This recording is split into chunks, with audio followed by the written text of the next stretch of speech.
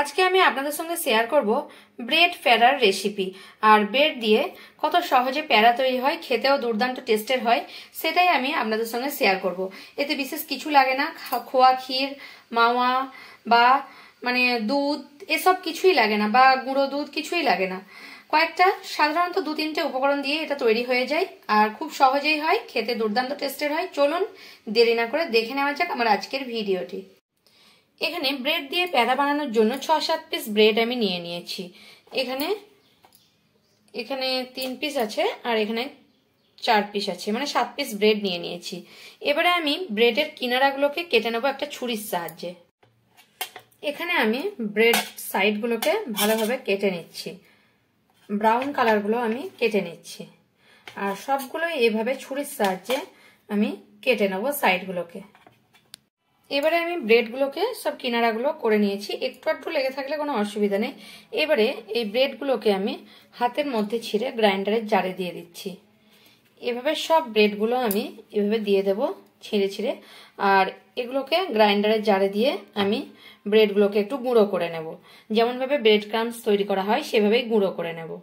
আর এগুলো সব গুঁড়ো করে নিয়ে তারপর ফিরছি আপনাদের কাছে। এখানে দেখুন আমি এখানে ব্রেডগুলো গুঁড়ো করে নিয়েছি। এবারে এই প্যারাটা বানানোর জন্য আর দুটো জিনিস আমার দরকার। তার জন্য আমি নিয়ে নিয়েছি 1 কাপ মতো চিনি। এখানে গ্রাইন্ডারের জারে চিনিটা গুঁড়ো করে দিলাম, কারণ মিষ্টি ছাড়া তো প্যারা হয় না। আর পাউরুটির মধ্যে বা ব্রেডের মধ্যে এতটাও মিষ্টি নেই যে চিনি না দিলে হবে। আর এখানে নিয়ে নিয়েছি টেস্টের জন্য 1/2 কাপ কাজু, আর কাজুটাও এর মধ্যে দিয়ে দিলাম। দিয়ে এটাকে আমি গুঁড়ো করে নেবো গ্রাইন্ডারের জারে।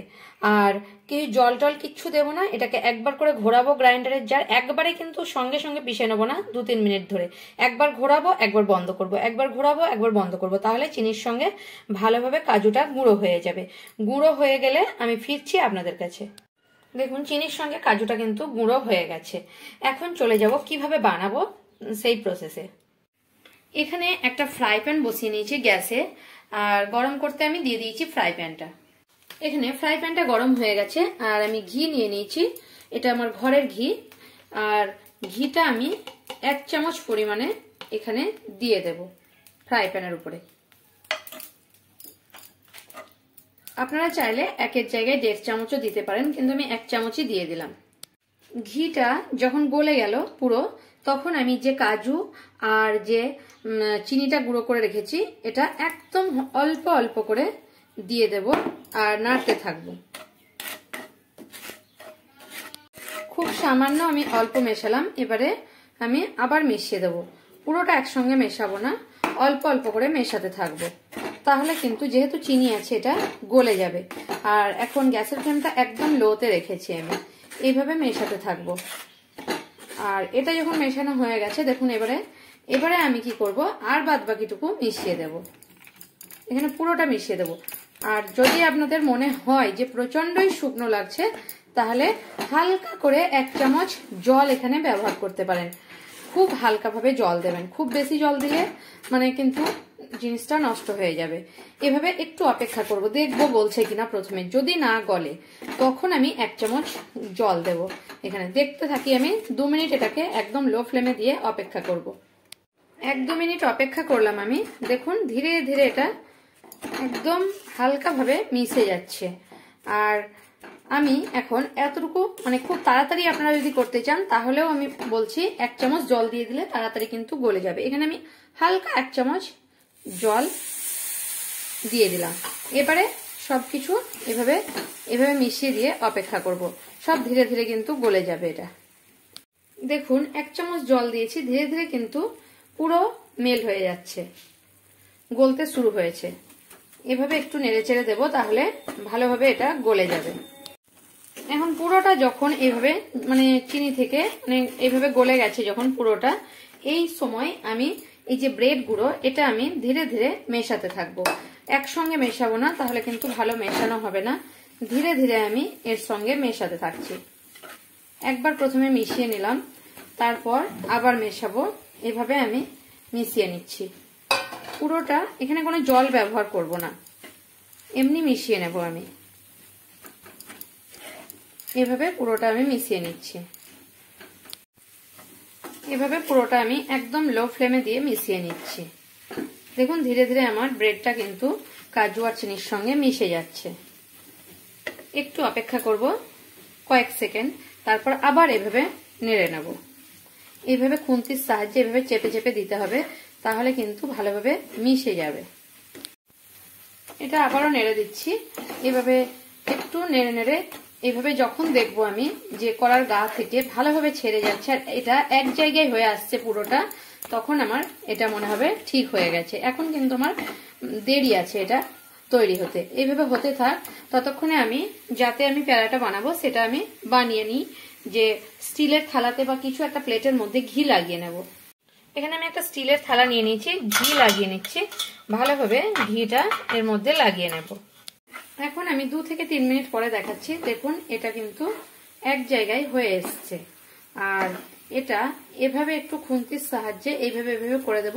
আর দেখবেন একটু মোলায়েম হয়ে গেছে। যখন আমার প্যারাটা তৈরি হবে তখন কিন্তু এর গাটা মানে এই যে এটা বেশ মোলায়েম দেখাচ্ছে। যখন একটু মোটা মোটা দেখাচ্ছে না, পুরো মোলায়েম হয়ে গেছে, তখন আমার প্যারাটা একদম রেডি হয়ে যাবে। এখন প্রায় হয়ে এসেছে, আর 1 মিনিটের মধ্যে আমার কিন্তু এটা তৈরি হয়ে যাবে। এভাবে আমি ভালোভাবে খুন্তির সাহায্যে এভাবে চেপে চেপে এটাকে ম্যাশ করে নিচ্ছি। এবার কিন্তু আমার প্যারাটা তৈরি হয়ে গেছে। এখন আমি গ্যাসের ফ্লেমটা অফ করে দিচ্ছি।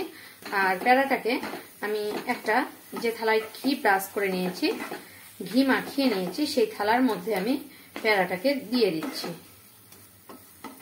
এভাবে আমি প্যারাটাকে এখন ঢেলে নেব একটা থালার মধ্যে।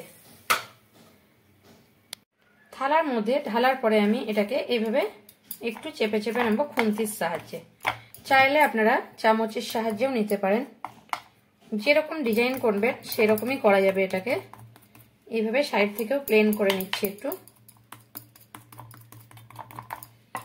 এভাবে আমি, কারণ প্রচন্ড গরম আছে হাতে করতে পারছি না, এভাবে হাতে এবারে একটু ঘি লাগিয়ে নেব। দিয়ে হাতে এভাবে চেপে চেপে এভাবে দেব। আর হালকা গরম থাকতে থাকতে এই কাজটা করতে হবে, নইলে কিন্তু এটা হবে না ঠিক। প্রচন্ড একটু গরম আছে, হাতে যতটুকু আমি সহ্য করতে পারবো গরম, সেই অবস্থায় আমি এটাকে এভাবে চেপে নিচ্ছি। আর এটাকে এখন আমি পুরোপুরি ঠান্ডা করতে দেব, তারপর আপনাদের কেটে দেখাবো। প্যারাটা আমার এখন পুরোপুরি ঠান্ডা হয়ে গেছে। এবারে আমি একটা কাটার দিয়ে কেটে নেব। এইভাবে আমি হার্ট শেপের একটা কাটার নিয়ে নিয়েছি, কারণ এটা আমার কাছে আছে আমি কেক বানাই বলে। এটা গোলও আছে, অনেক রকমের আছে, কিন্তু আপনাদের কাছে তো সবসময় থাকবে না।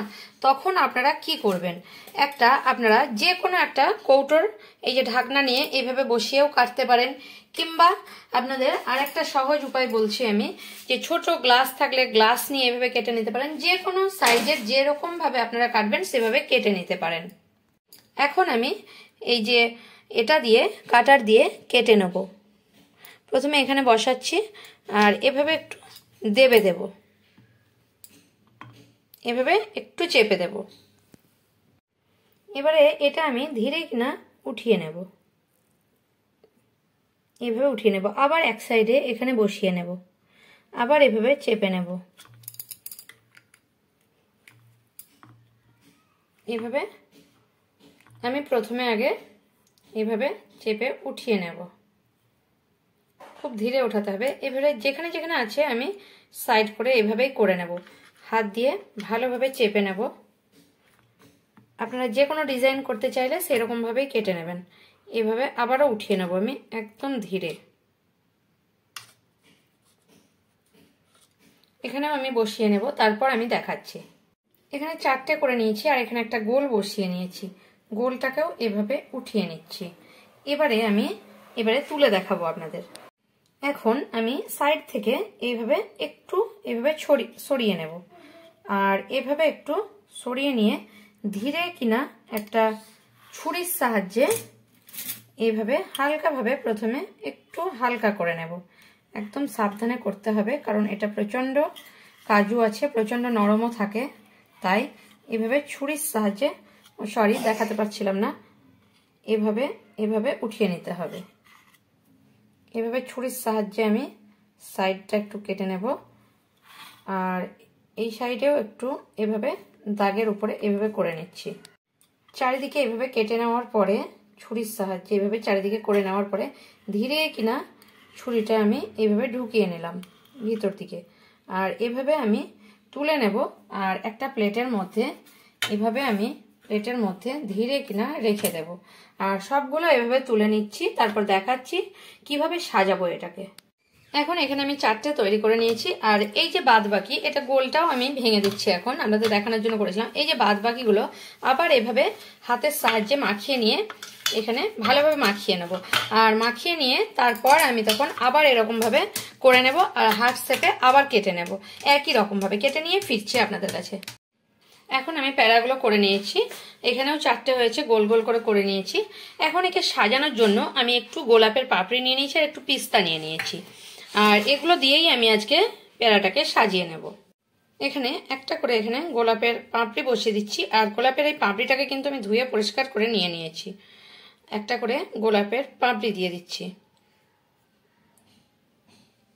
এখানে একটু বসিয়ে দিচ্ছি, একটু হাত দিয়ে চেপে চেপে বসিয়ে দিচ্ছি, তাহলে কিন্তু বসে থাকবে সুন্দরভাবে।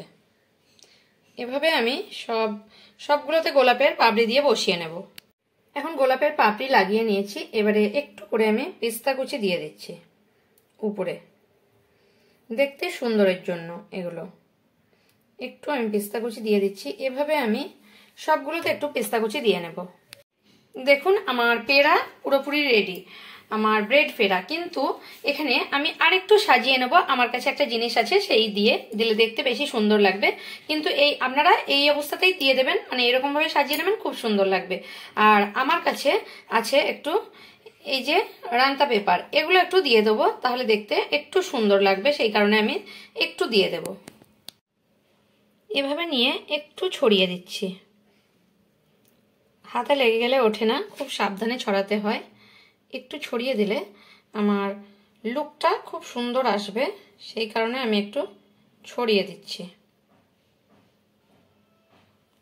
এভাবে একটু একটু হালকা হালকা লাগিয়ে নেব, তাহলেই রেডি আমার দেখুন ব্রেড প্যারা, পাউরুটির প্যারা। কত সহজে তৈরি করে দেখালাম, আর কত সুন্দর খেতেও সেরকমই দুর্দান্ত টেস্টের হয়। আপনারা একবার বাড়িতে বানিয়ে দেখবেন, খুব ভালো লাগবে। লোকজন এলেও লোকজনকে দিলে আপনারা বুঝতেই পারবে না কেউ খেয়ে যে এটা ব্রেড দিয়ে তৈরি। আর আমার ভিডিও যদি আপনাদের ভালো লাগে তাহলে আমার চ্যানেলকে সাবস্ক্রাইব করার অনুরোধ রইল। আর কমেন্ট করে জানাবেন রেসিপিটা আপনাদের কেমন লাগলো। যদি ভালো লেগে থাকে তাহলে একটা লাইক করবেন আর প্রচুর প্রচুর শেয়ার করবেন।